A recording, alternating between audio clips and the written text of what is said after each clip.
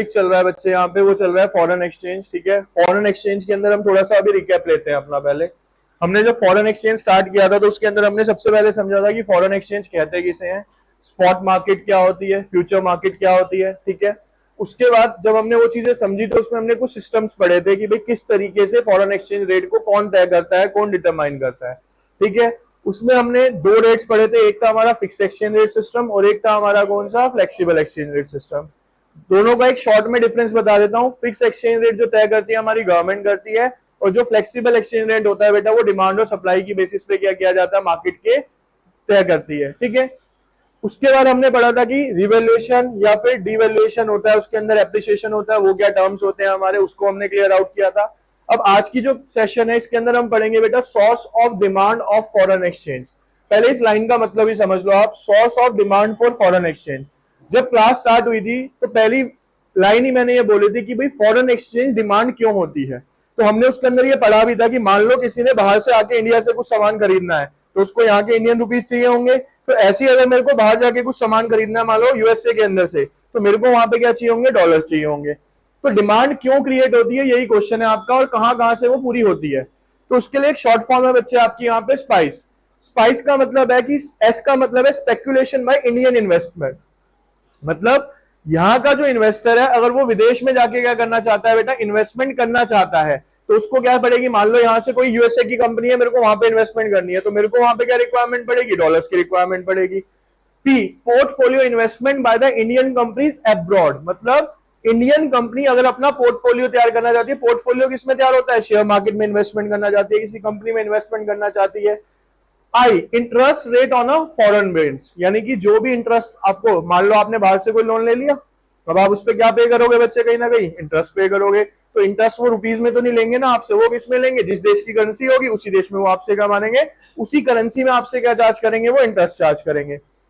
Next C, consumer income in the India. C का मतलब है बेटा कि हमारी, बेसिकली ये पॉइंट क्या मैं आपको बता देता हूँ, कंज्यूमर इनकम इन इंडिया का मतलब हम जब यहाँ पे रहते हैं तो बाहर से भी क्या आता है बच्चे, एक तरीके से जो हमारे लोग बाहर गए होते हैं, जिसे हम किसके नाम से जानते हैं, एनआरआईज, नॉन रेजिडेंट इंडियंस, जो बाहर जाके काम करते हैं, तो उनकी भी तो एक इनकम होती है। ठीक है, expected foreign direct investment by the India abroad, यानी बाहर के द्वारा expected foreign direct investment by the India abroad, मतलब इंडिया जो बाहर की कंट्रीज में क्या करेगा बेटा, इन्वेस्टमेंट करेगा, तो उसके लिए भी उसे क्या चाहिए होंगे, डॉलर्स वगैरह चाहिए होंगे। तो इसलिए क्या करते हैं हम, यानी ये कुछ रीजन है जिसकी वजह से क्या किया जाता है, फॉरेन एक्सचेंज की डिमांड की जाती है। अब इसको थोड़ा एक्सप्लेन करते हैं एक एक करके। सबसे पहले आता है बच्चे यहाँ सोर्स ऑफ डिमांड के अंदर।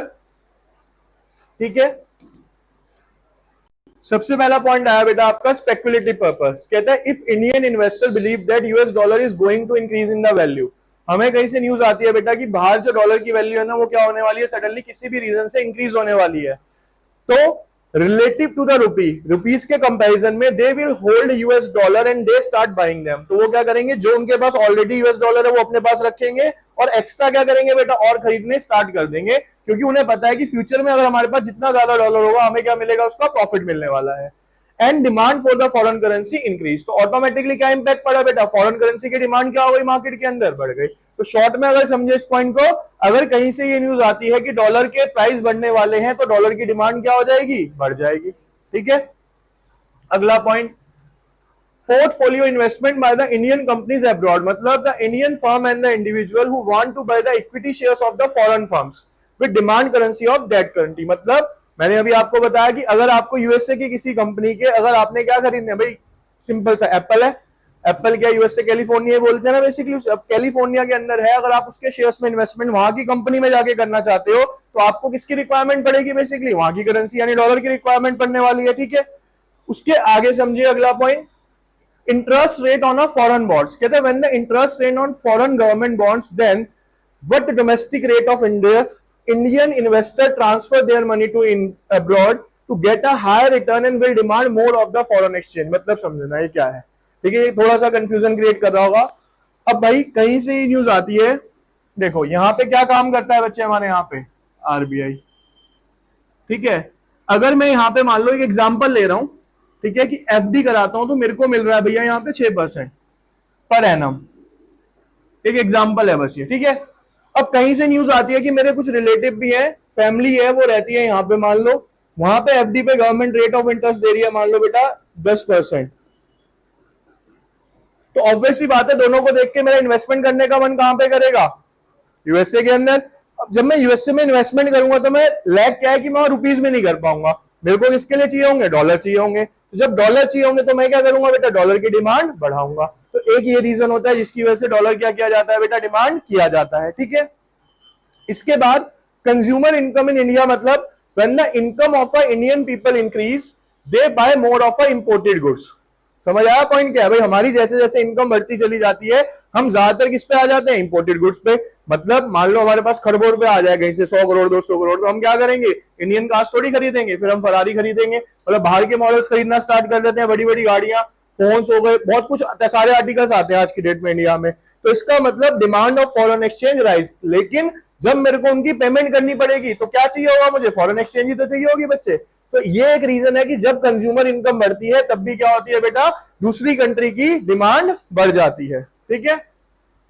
उसके बाद expected foreign investment, direct investment by the India abroad, मतलब the Indian firms and the individual who want to do business abroad like Tata motor acquire Jaguar from the England will demand British pound, demand of foreign exchange rise. तो सीधा सा logic है, टाटा यहां से गए, उन्होंने क्या करा, जैगवार को क्या करा, टेक ओवर करा। तो भाई जब वहां पे आपको इन्वेस्टमेंट करनी है, जैगवार खरीदनी है पूरी कंपनी, गाड़ी नहीं खरीदनी है, अब आपने पूरी कंपनी खरीदनी है वो वाली, ठीक है। ऐसे रेंज रोवर भी खरीदी उन्होंने, सब सारी चीजें आप खरीदोगे तो जिस कंट्री की वो कंपनी होगी तो आपको करेंसी भी क्या चाहिए होगी बच्चे, उसी करेंसी के अंदर ही आप डील करोगे जिस कंट्री में आप जा रहे हो, ठीक है। तो वहां पे भी क्या होगी, फॉरेन करेंसी की डिमांड। अब कहता है why does a fall in a foreign exchange rate cause a increase in its demand और वाइस वर्सा। अब समझना मैं क्या कह रहा हूं, यहां पे ध्यान से समझो। कहता है why does a fall in a foreign exchange rate, foreign exchange rate अगर कम हो जाता है तो क्यों उसकी डिमांड बढ़ जाती है, और वाइस वर्सा लगा लो उसका उल्टा क्यों हो जाता है। मतलब समझो, अगर मैं पहले $1 के बदले में 80 रुपए दे रहा था, अब मैं अगर $1 के बदले में क्या दूंगा, 50 रुपए दूंगा, तो मैं इसे कहूंगा कि भाई इंडियन करेंसी की प्राइस क्या हो गए, वैल्यू बढ़ गई, और डॉलर के क्या हो गए। तो यहां पे क्या लिखा है, why does a fall in a foreign exchange. ध्यान से समझो मैं क्या कह रहा हूं बेटा, अगर $1 मैं इतने में खरीद रहा था और अब मैं $1 इतने में 50 रुपए में खरीदता हूं, तो इसे बोलूंगा fall in the price of foreign exchange rate. तो फॉरेन एक्सचेंज प्राइस क्या होगा हमारे, कम। तो उस कंडीशन में ये क्वेश्चन है कि डिमांड क्यों बढ़ जाती है। तो समझो यहाँ पे कहते हैं there is a inverse relationship between a foreign exchange rate and demand for a foreign currency. कैसा लिंक होता है बेटा, नेगेटिव लिंक होता है। यानी कि अगर ये 70 से 50 हुआ तो ये तो कम हो जाएगी, लेकिन क्या होगा, डिमांड फॉर फॉरेन एक्सचेंज क्या हो जाएगी बेटा हमारी, बढ़ेगी। Higher the foreign exchange rate the lower the demand for the foreign exchange. और अगर मान लो फॉरेन एक्सचेंज के रेट क्या हो जाते हैं, बढ़ जाते हैं, तो डिमांड क्या हो जाएगी वहां पे, कम हो जाएगी। If the rupee price of a dollar goes up from P to P1, यहां पे देखो, अब यहां पे आप कहता है कि अगर मान लो जो रुपी प्राइस है, रुपी प्राइस कहां पे आपका, वाई एक्सिस पे है बच्चे, ये रहा, ठीक है। Dollars goes up from P to P1, P से कहां पे चला गया, रेड वाला आप देख रहे हो यहां पे, P से कहां चला गया, ये P1 पे चला गया। Less dollar would be demanded from Q to Q1। तो आप देखो क्या हो रहा है, मैंने क्या बोला, इनवर्स लिंक होता है। मतलब अगर डॉलर के प्राइस यहां पे क्या हुआ बेटा, तो डिमांड क्या होगा यहाँ पे, ठीक है। और उसका opposite, if the rupee price of a dollar falls, यानी P से कितने हो गए, ये P2 हो गए, ये वाला पोर्शन, तो डिमांड क्या हो गई बेटा आपकी, Q से Q2 हो गई। तो नेगेटिव लिंक शो हो रहा है आराम से। ये आपका 11th क्लास में लॉ ऑफ डिमांड का बिल्कुल सेम डायग्राम है बेसिकली, ठीक है। यानी इनवर्स लिंक होता है किसके बीच में बेटा, आपके सिंपल सा लॉजिक है, inverse relationship between a foreign exchange rate और demand for foreign exchange. Clear. अब अभी हमने क्वेश्चन क्या पढ़ा कि डिमांड क्यों की जाती है, ठीक है। अब क्वेश्चन ये है कि सप्लाई कैसे होती है, ठीक है, सप्लाई कैसे होती है। अब देखो source of supply of foreign exchange, supply of foreign exchange क्या है, यहां पे ध्यान से सुनना आप। सप्लाई कैसे की जाती है, इसके लिए भी बेटा फिर से वही एक स्पाइस टर्म बना है, बिल्कुल एक्चुअल के अंदर ना सेम ही है, लेकिन अब यहाँ पे ना सप्लाई पर्पज से पढ़ेंगे इसको, डिमांड की जगह क्या पढ़ेंगे हम सारा का सारा सप्लाई कैसे, ये देखिए आप। अब स्पेकुलेटिव पर्पस, पहले क्या था कि हम यहाँ पे रह के बाहर की कंट्रीज के अंदर यानी डॉलर के अंदर स्पेकुलेशन करना चाहते थे। If foreign investor believe that the value of Indian rupees is going to increase in the value. अब उल्टा सोचो, बिल्कुल डिफरेंट। अब पहले मैं क्या सोच रहा था कि इन केस अगर डॉलर बढ़ जाएगा तो डिमांड वाले केस में मैं डॉलर ज्यादा खरीद रहा था क्योंकि मेरे को प्रॉफिट होगा। अब सेम कंडीशन ऐसी हो जाए कि जो यूएस में लोग बैठे हैं उनको ये लगना लग जाए कि इंडियन रुपीस की वैल्यू क्या होने वाली है, बढ़ने वाली है, तो वो क्या करेंगे, इंडियन रुपीस को खरीदना ज्यादा स्टार्ट कर देंगे और इंडियन रुपीस की डिमांड क्या हो जाएगी बच्चे, बढ़ जाएगी। ठीक है, increase in the value of related to the US dollar, they start buying Indian rupees and the supply for US currency increases. और ऑब्वियस ही बात है बेटा, जब वो इंडियन रुपीज खरीदेंगे तो वो किस में खरीदेंगे, डॉलर्स में खरीदेंगे ना हमसे, तो हमारे देश के अंदर डॉलर की सप्लाई क्या होगी, बढ़ जाएगी। भाई जब वो पेमेंट करने आएंगे हमारे पास, कहीं पे भी एक्सचेंज तो कराएंगे ना उस करेंसी को, तो जब वो एक्सचेंज कराएंगे, मान लो वो इंडिया आए, भाई बाहर से कोई बंदा आ रहा है, यूएस डॉलर लेके आ रहा है ना, उसे यहाँ पे 1 लाख रुपए चाहिए, किसके बदले में, डॉलर के बदले में, तो हमें क्या देगा वो, डॉलर, हम उसको उसके बदले में क्या देंगे, रुपीस, तो ऑटोमेटिकली हमारे पास डॉलर आ गए, यानी डॉलर की क्या होगी, यहाँ पे सप्लाई बढ़ जाएगी। ठीक है, अगला पॉइंट, पोर्टफोलियो इन्वेस्टमेंट, सेम उसका अपोजिट सोचना है, क्या, the foreign firms and individual who want to buy equity shares of the Indian firms. अब बाहर के लोग जो ये सोच रहे हैं कि हमें इंडिया की कंपनी के अंदर शेयर्स में इन्वेस्टमेंट करनी है, विल सप्लाई फॉरेन करेंसी। तो जब वो इन्वेस्टमेंट करेंगे, देखो सिंपल सा ना एक रूल समझाता हूं, थोड़ी सी अगर कंफ्यूजन हो रही हो माइंड में, अगर भाई सीधा सा लॉजिक समझो, इंडिया का कोई भी बंदा जाएगा, उस पर तो डॉलर नहीं है, उस पर तो रुपीज ही है ना, तो वो बाहर जाएगा रुपीज लेके, वहां पे वो कन्वर्ट कराएगा उसे डॉलर में। तो मान लो, समझना यहां से, अब मान लो कि एक कोई भी पर्सन है, बी है, वो इंडिया से है, वो यहां से गया यूएस से, तो बेटा यहां से क्या लेके जाएगा वो, और यहां पे ये जाके कन्वर्ट किस में हो जाएंगे फिर, डॉलर में। लेकिन अगर मैं आपसे पूछूं कि भाई यूएसए वालों को क्या मिला, यूएसए वालों को डॉलर मिले या रुपीज मिले, रुपीज मिले ना, यानी कि जब हम यहां से वहां जाएंगे तो वहां पे हम उन्हें क्या देंगे, रुपीज देंगे। तो सेम अगर इस एग्जांपल को चेंज कर दूं कि यूएसए के अंदर से कोई सी पर्सन आ रहा है, अब वो कहां पे आ रहा है जी, यहाँ पे इंडिया आ रहा है। अब जब बच्चे वो इंडिया आएगा तो वो अपने साथ क्या लेके आएगा वहां से, डॉलर, लेकिन वो इंडिया में तो डॉलर नहीं चला पाएगा, उसे इंडिया में आके क्या चलाने हैं, रुपीज, तो उस डॉलर को वो किसमें कन्वर्ट करेगा, कन्वर्ट करेगा बच्चे।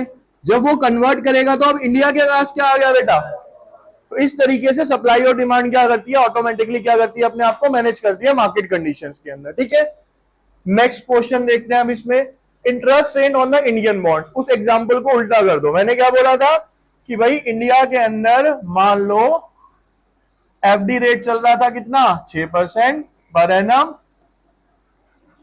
और यूएसए के अंदर मैंने बताया था 10%। अब उल्टा हो जाए कि यूएसए के अंदर हो गया बेटा कितना, 4%। तो अब यूएसए के जो लोग जिनके रिलेटिव इंडिया में रहते होंगे वो चाहेंगे कि हम इंडिया में इन्वेस्टमेंट करें, एफडी में पैसा डालें, क्योंकि वहां से ब्याज क्या मिलेगा मेरे को, ज्यादा मिलेगा। When the interest rate on an Indian government bonds, then what domestic rate of interest foreign investment will transfer their money to India? तो foreign investor क्या करेगा बेटा, इंडिया में अपने पैसे को ट्रांसफर करेगा to get higher returns and will supply of foreign exchange rises। तो ऑटोमेटिकली हमारे देश में क्या होगी बेटा, फॉरेन एक्सचेंज की सप्लाई क्या होगी, बढ़ जाएगी। ठीक है, अब consumer income of a foreign countries, वही सेम, बाहर के लोग हैं उनकी इनकम बढ़ गई, when income of a foreign people increase, they buy more of a Indian goods and supply of a foreign exchange rise। अब यहाँ पे ना थोड़ा सा एक अलग सा आ गया होगा दिमाग में कि भाई बाहर के लोग इंडिया का सामान क्यों खरीदेंगे, है ना भाई, हमारा तो समझ आ रहा था कि हम बाहर से चीजें खरीदना चाह रहे थे, वहां के लोग, क्योंकि बेटा एक ना सर्कल बना होता है हर इकोनॉमी का, कुछ चीजें ऐसी हैं, हमने आईडी के अंदर पढ़ा था इंडियन इकोनॉमिक्स में, कुछ चीजें ऐसी हैं जो इंडिया की दी बेस्ट मानी जाती हैं, ठीक है, वो इंडिया की ही दी बेस्ट मानी जाएंगी, तो बाहर के लोग ना उसके लिए बहुत ज्यादा, जैसे आपको मैं बताता हूं, बाहर के जो लोग हैं सिटीजन है बेटा, अब जयपुर की जो साड़ियां हैं उनकी डिमांड एक एक्सट्रीम लेवल है, हम सस्ते में खरीदते हैं, लेकिन बाहर से आके वो क्या करते हैं, महंगी खरीद के ले, बनारस में आएंगे वहां से शॉपिंग करके चले जाएंगे, लखनऊ में आएंगे वहां से शॉपिंग, इंडिया का गोल्ड, ठीक है, वो भी कहीं ना कहीं फेमस कहलाता है, बाहर से आते हैं यहाँ से गोल्ड, हमें वो सस्ता नहीं देखते, वो क्या देखते हैं, क्वालिटी कितनी अच्छी मिल रही है, किस तरीके का मिल रहा है, डिजाइन किस तरीके का मिल रहा है। तो कुछ चीजें ऐसी होती हैं जो इंडिया के अंदर ही क्या है, ज्यादा अच्छी होती हैं, तो वो यहाँ पे आते हैं। अब आप ये देखो, अगर इंडिया के अंदर अच्छा ना हो, अभी जो टॉप 10 होटल्स की आई थी, रिजॉर्ट्स की, तो उसके अंदर जयपुर का ही आया नंबर 1। कितना, आप जयपुर जैसी जगह पे जाओगे तो बहुत ज्यादा फॉरेन क्राउड होता है वहां पे, ठीक है, क्योंकि जयपुर से ज्यादा लग्जरियस माना भी नहीं जाता किसी को, क्योंकि वहां की जो हवेलियां, यहाँ के रिजॉर्ट बने हो ना, अपने आप में ही एक अलग लेवल पे बनते हैं। ठीक है, तो कुछ चीजें ऐसी हैं, समझ आ गया। अब ये पॉइंट क्या है कि बाहर के लोग जब ज्यादा कमाते हैं ना, तो वो इंडिया क्यों आते हैं। और सबसे एक छोटा सा एग्जांपल बता दूं, सबसे ज्यादा वो लेने आते हैं यहाँ पे धूप, जादू। ठीक है, धूप के लिए पैसा बहुत खर्चना पड़ता है क्योंकि वहां पे धूप निकलती नहीं है। विटामिन डी की क्या मिलती है, हमें लगता है ना वो बहुत गोरे हैं, तुम धूप के बिना रह के देखो, हड्डियां ऐसी हो जाएंगी तुम्हारी, कब टूट जाए चलते चलते पता भी नहीं चलेगा। क्यों? विटामिन डी क्या हो जाता है आपके शरीर में बहुत ज्यादा। ठीक है, उसको लेने के लिए उसे बोलते हैं वो सनबाथ। ठीक है, सनबाथ लेने के लिए वो कई लाखों रुपए खर्च देते हैं। क्लियर? चलिए, इसके बाद expected foreign direct investment by the foreign companies in the India. कहते the foreign firms and the individual who want to do business in India like Samsung from Korea wants to set up their plant in India. या आज present में example लूं, California से Apple आ रहा है कहां पे, इंडिया में, तो वो इन्वेस्टमेंट ही तो कर रहे हैं यहाँ पे आके, तो supply of foreign exchange bill, तो भाई वो इन्वेस्टमेंट करेंगे अपनी करेंसी में, तो यहाँ पे क्या आ जाएगी, उनकी करेंसी आएगी, हम उन्हें इंडियन रुपीज देंगे, तो ऑटोमेटिकली हमारे पास क्या बढ़ जाएगी, सप्लाई। अब कहते हैं why does a rise in a foreign exchange rate cause a rise in its supply. बेटा देखो, लॉ ऑफ डिमांड क्या होता था, नेगेटिवली लिंक्ड होता था, लॉ ऑफ सप्लाई हमेशा पॉजिटिवली लिंक्ड होता है, यानी प्राइस बढ़ेंगे तो सप्लाई भी बढ़ेगी, प्राइस कम होंगे तो सप्लाई भी। अब यहां पे भी वही लिखा है, कहते हैं supply curve of a dollar bears a direct relationship to the price of the dollar. यानी सप्लाई क्या है, अगर डॉलर के प्राइस बढ़ेंगे तो उसकी सप्लाई भी बढ़ेगी, डॉलर के प्राइस कम होंगे तो उसकी सप्लाई भी। If the rupee price of the dollar goes up, मान लो कि रुपी प्राइस जो है हमें ज्यादा रुपीस देने पड़ रहे हैं, more dollar would be supplied in the market. भाई क्यों होगा ऐसा, सोचने वाली बात है। एक डॉलर में 50 रुपए में ले रहा था, अब एक डॉलर की वैल्यू मार्केट में हो गई 70-80 रुपए, तो भाई सामने वाला तो ज्यादा बेचने की कोशिश करेगा ना मार्केट के अंदर, उसे तो प्रॉफिट मिल रहा है, उसे दिख रहा है कि मेरी चीज महंगी बिक रही है, तो वो क्या करेगा, उसकी सप्लाई बढ़ा देगा। ठीक, अब देखो लिखा है यहाँ पे क्या, if the price of a dollar falls from P to P, P to P to, P से पी टू पे आते हैं, तो सप्लाई देखो क्या हो रही है, सप्लाई भी कम हो रही है बच्चे। और अगर प्राइस क्या होते हैं बेटा, पी से कहां चले जाते हैं, P1 पे, तो सप्लाई भी क्या हो रही है, क्यू से कहां चली जाती है, Q2 पे।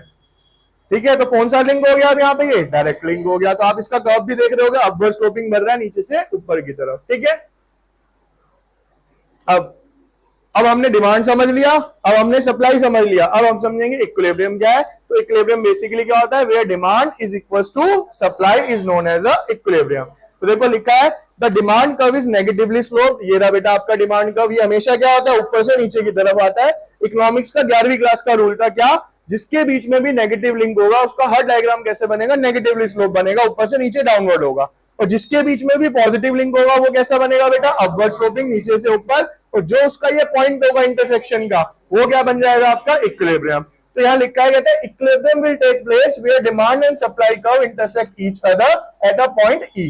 ठीक है, तो ये क्या हो गया बच्चे आपका यहाँ पे इक्विलिब्रियम। ठीक है,